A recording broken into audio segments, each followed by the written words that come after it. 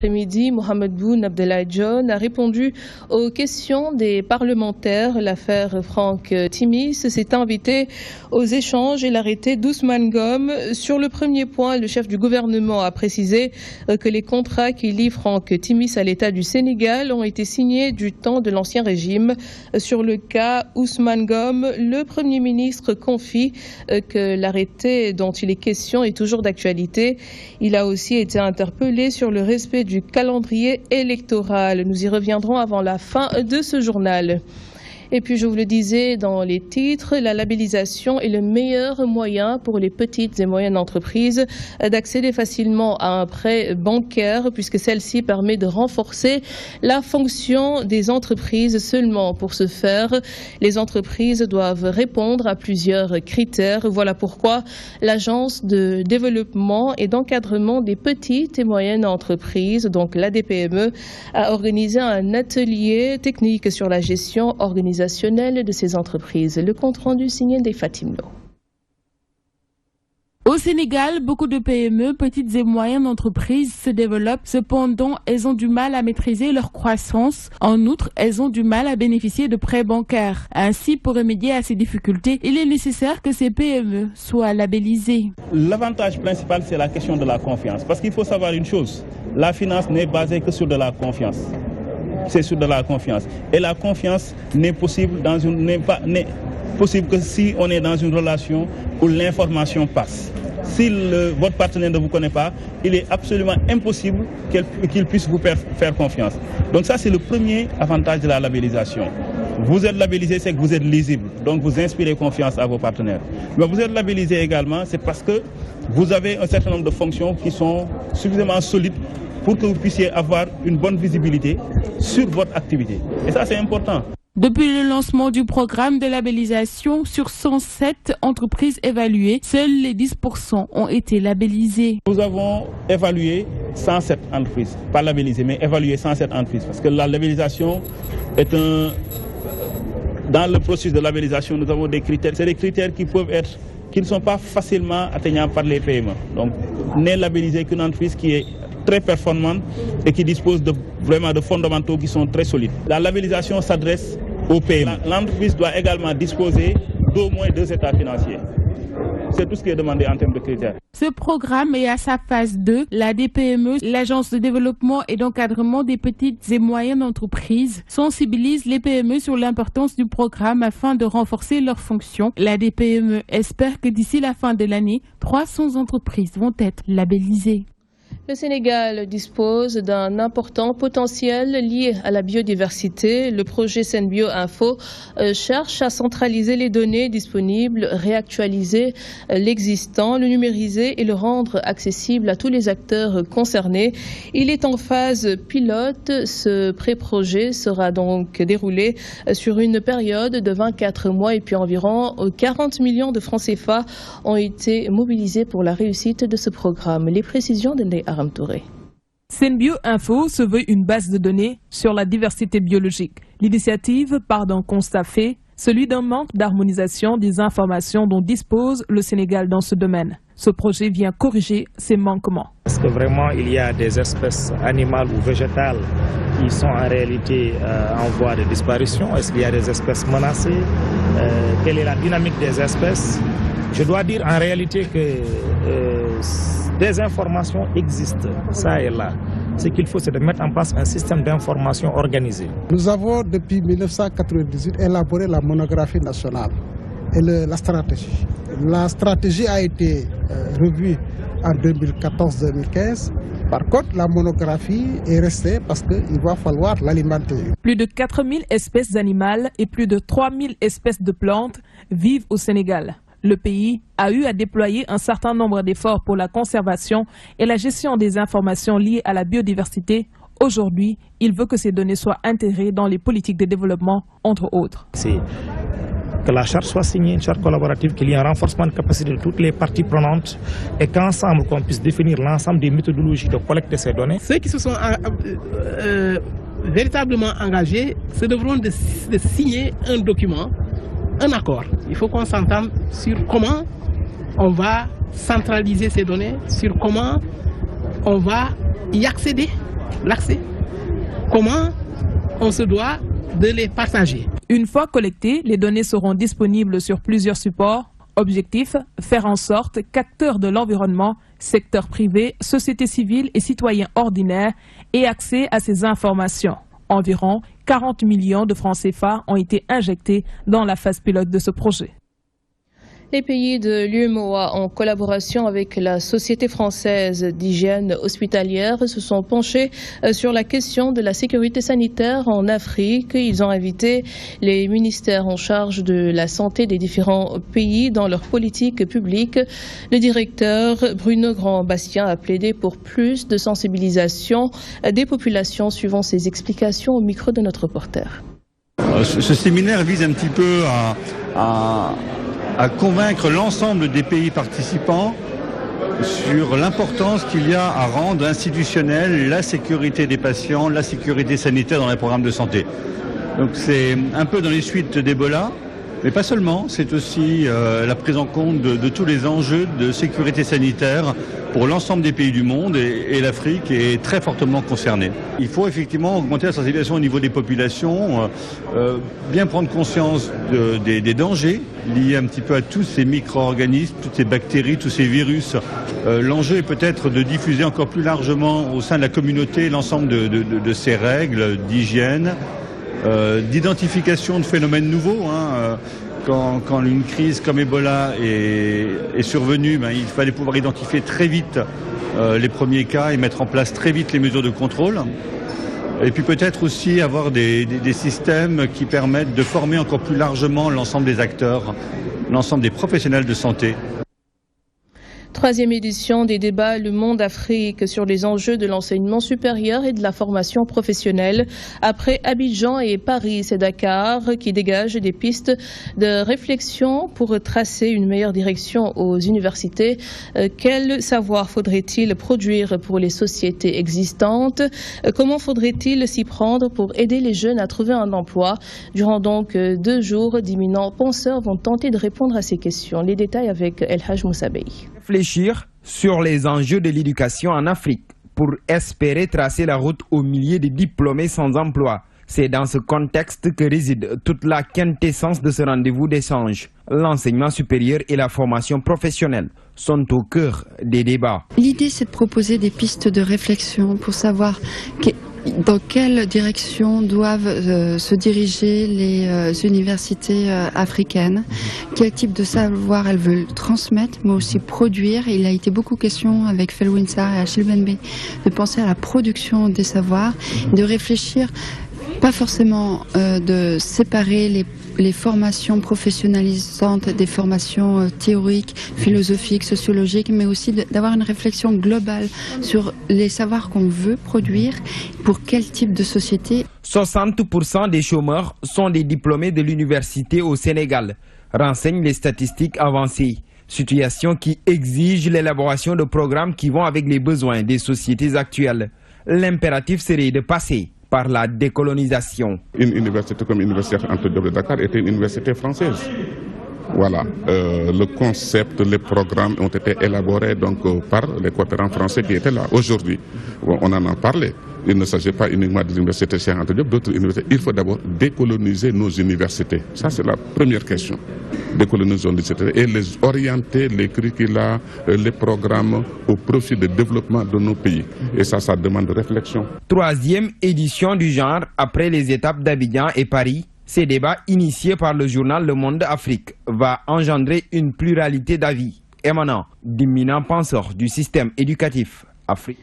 Je vous le disais en début d'édition, le Premier ministre a fait face aux députés cet après-midi. Mohamed Boun Abdallah Dionne a donc répondu aux questions des parlementaires. L'affaire Franck Timis s'est invité aux échanges. Également, l'arrêté d'Ousmane Ngom. Il s'est aussi prononcé sur le respect du calendrier électoral. Le Premier ministre Mohamed Boun Abdallah Dionne est ici au micro d'Ababakar Sadir Top.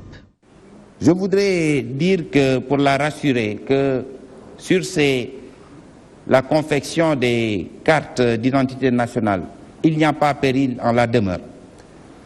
Ce matin encore, je faisais le point avec le ministre de l'Intérieur parce que nous sommes en préparation de la généralisation après cette période de test sur les 11 arrondissements de la région de Dakar, qui a été initiée par Monsieur le Président de la République, le Président Macky Sall, le 4 octobre cette année, au ministère de l'Intérieur, c'est ce week-end que nous allons commencer la généralisation sur le territoire national.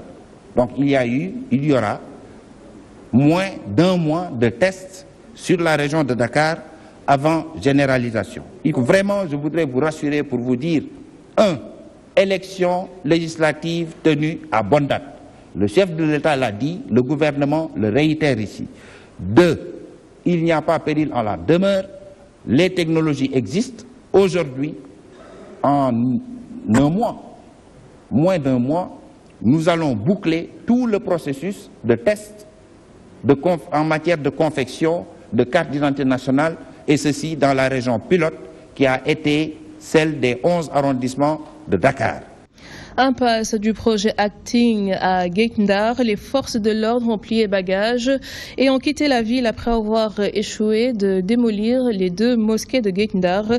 Dr Abdoulaye Ndoye sort de son silence et revient sur l'origine de la création de ces 2 mosquées sous le magistère de feu le maire donc de Saint-Louis, Ousmane Masseck Ndiaye. Il a fait des propositions de sortie de crise pour sauver ce projet. Suivons ce reportage de Gambi Diagne, notre correspondant à Saint-Louis. Ont plié bagages et sont rentrés sans que les 2 mosquées de Guet-Ndar ne soient démolies. Nous avons profité de l'impasse pour interroger celui qui est à l'origine de la construction de la mosquée de Gokhumbath, celle-là qui a inspiré l'érection des 2 mosquées de Guet-Ndar sous le magistère de feu le maire Ousmane Masseck Ndiaye. Alors, nous avions un grand problème parce que les berges étaient sales, il y avait des monticules donc de déchets et d'ordures au niveau de toutes les berges. Sur toute la langue de Barbarie, de Guet-Ndar à Gokhumbath. Une proposition nous est venue de Gokhumbath, comme quoi, si on leur permettait d'installer une mosquée, ils se chargeraient justement de rendre propres les berges. Et nous avons sauté sur l'occasion pour leur dire, bon, la loi sur le domaine fluvial ne va pas nous permettre de leur faire une autorisation en bonne et due forme, mais par compréhension, on les autorise à établir leur mosquée et ensuite maintenant à veiller à ce que les environnements donc soient propres. Selon l'ex-président de la commission du cadre de vie de la mairie de Saint-Louis, le projet qui préside à la démolition est bon et doit être conservé, mais il faut reprendre tout le processus en mettant la charrue bien après les bœufs. Moi je propose qu'ils discutent avec ces populations pour trouver le lieu le plus proche et le plus idéal, n'est-ce pas, possible. Deuxièmement, de construire d'abord la mosquée, même si ça doit durer 1 an, de construire justement la mosquée avant d'envisager de détruire. Dr Abdoulaye Ndoye précisera que ce serait une erreur monumentale que ce casus belli fasse rejeter le projet par les populations à qui elle est destinée. Le comité régional de développement du Magal de Touba a eu lieu ce mercredi au ministère de l'Intérieur en présence du ministre même et de Serigne Bass Abdou Khadre Mbacké. D'après le comité d'organisation du Magal de Touba, tout est fin prêt, mis à part quelques réaménagements sécuritaires. D'ailleurs, cette année, il n'est pas permis à la presse de faire des plateaux sur l'esplanade de la mosquée concernant la santé, la distribution de l'eau et la circulation. Tout est bouclé, n'est-ce pas, Ababakar Sadir Top?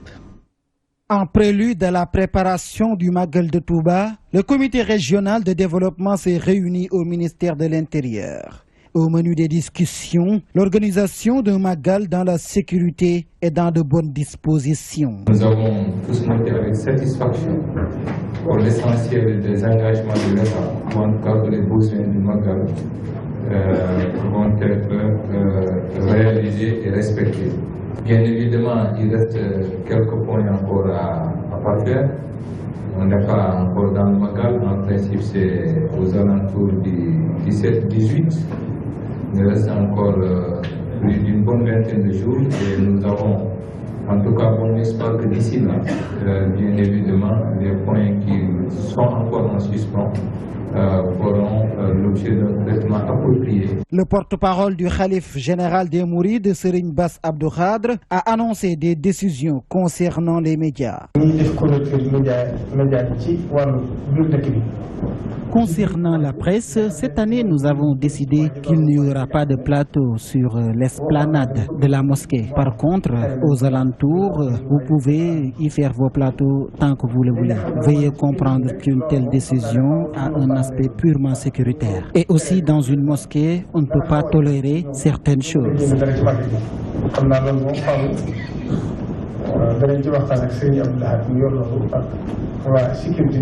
Des dispositifs sont également pris pour que le volet sanitaire soit respecté. La question de la distribution de l'eau a également été débattue. Concernant la santé, l'assainissement et l'eau, nous sommes au courant des progrès qui ont été faits. Vraiment, nous vous remercions. Le reste, nous attendons tout simplement lors de la réunion d'évaluation pour voir quels seront les points à améliorer.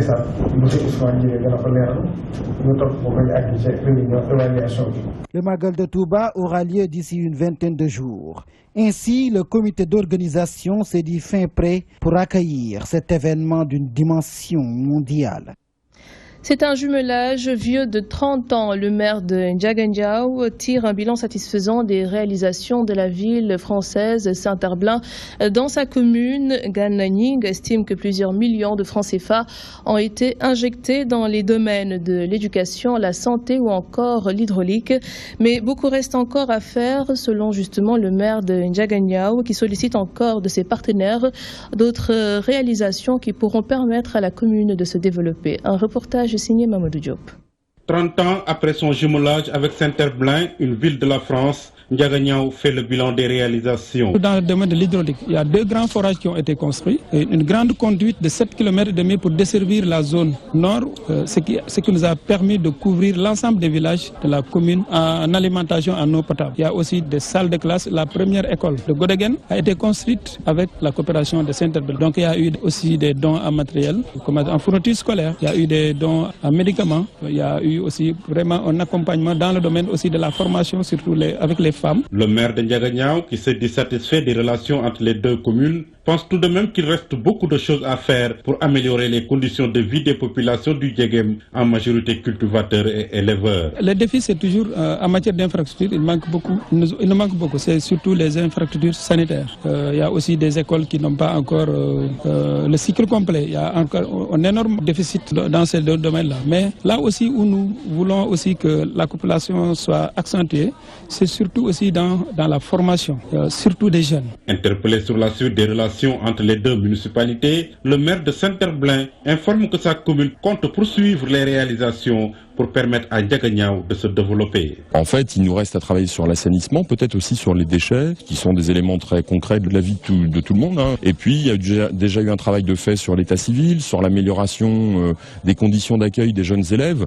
Je suis conscient qu'il reste beaucoup à faire. Une cérémonie a été organisée pour célébrer le trentenaire du jumelage entre Ndiaganiao et Saint-Herblain. Étaient présents à cette cérémonie des ministres, des députés, des autorités religieuses et coutumières et une forte mobilisation des populations qui ont chanté et dansé pour exposer leur satisfaction.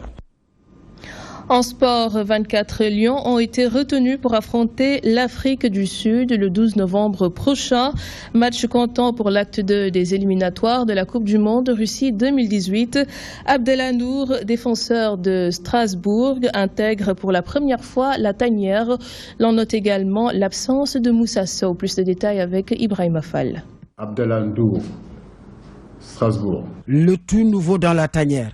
Un choix qui n'est pas fortuit, martèle le coach Aliou Cissé, vu les difficultés que connaît le couloir gauche de l'équipe nationale du Sénégal. C'était une possibilité de l'appeler. Donc vous savez, avec l'absence de Pape Soiré, nous sommes en train de chercher aussi des possibilités de renfort.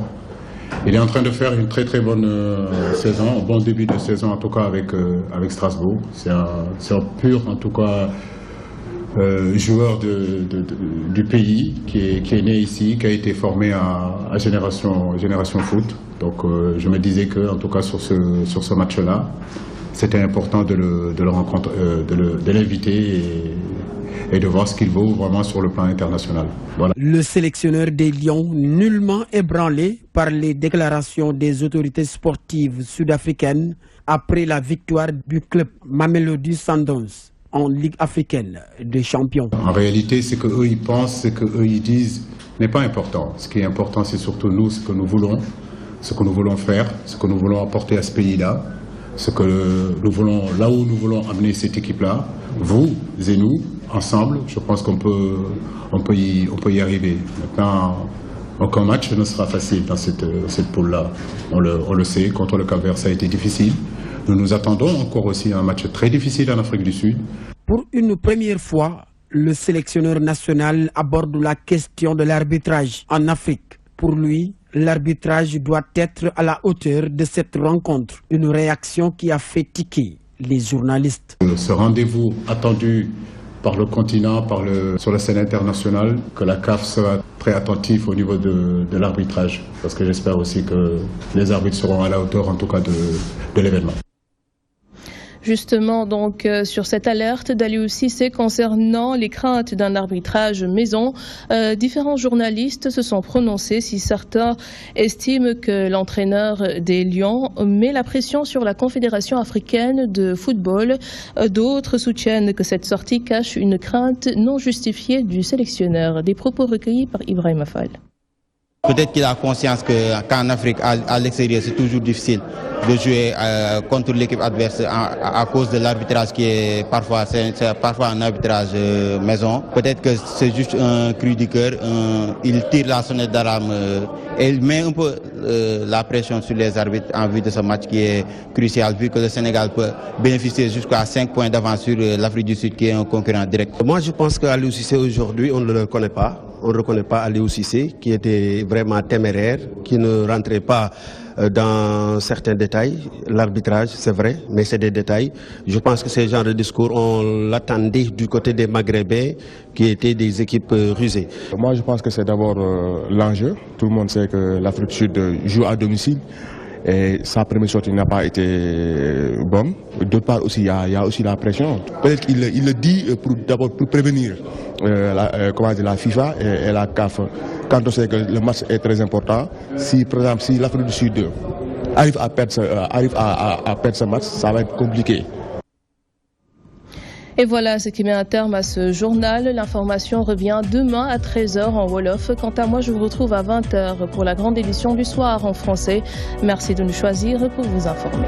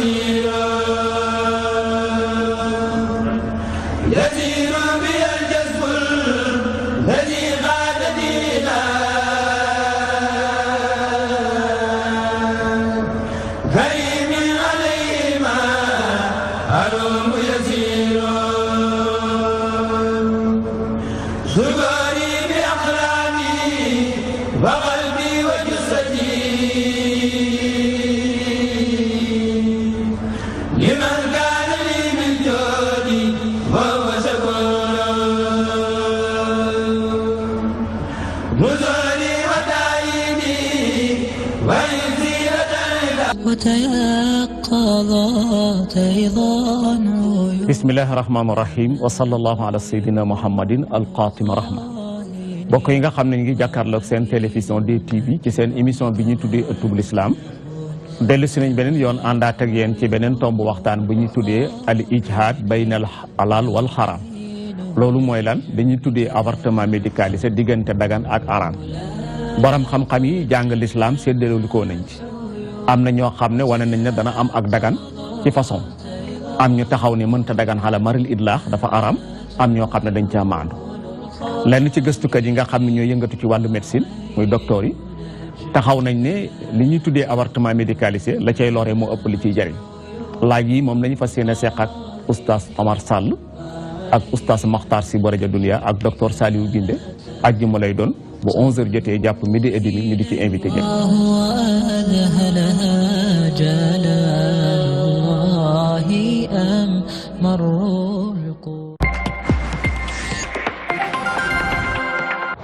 Bienvenue à toutes et à tous sur la DTV et ravi de vous retrouver pour ce nouveau numéro de Livre ouvert. Livre ouvert, donc votre émission qui s'intéresse à la littérature, aux auteurs ici de chez nous, du Sénégal. L'âme du cœur. Mon cœur a retrouvé son âme. J'ai ressenti des battements lorsque je l'ai rencontré. Et comme avec certitude, j'ai dansé au rythme de son silence. L'auteur Ibrahima Sakho Thiam, donc auteur de ce livre Entre le rythme et le...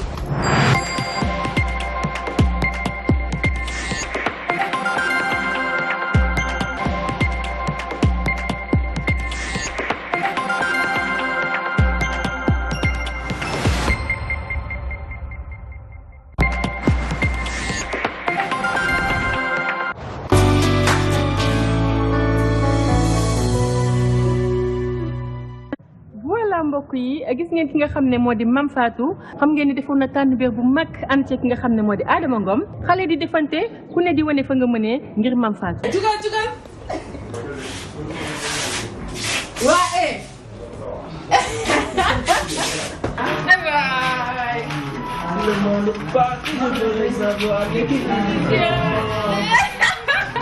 gis nañ ne démb tànnbéer bi neex na trop. et que ñëpp ñëw nañ Guédiawaye ñëpp génn nañ soutenir la léegi tey nag matinal bi ma ne noo def ñu bett la. tàccul bu baax a baax Mamadou Kara Diagne Mame Fatou Seck. Voilà.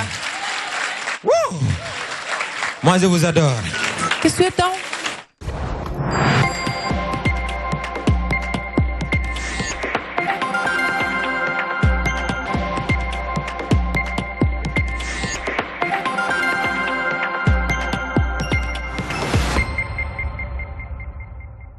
Mais fils, justement, yow Galsen Hip Hop Awards yi bu waay di le 3 décembre Sorano dina la fekk non waaw ok kon bàyyi ma dencal la invite comme ça ñu àndaale yeah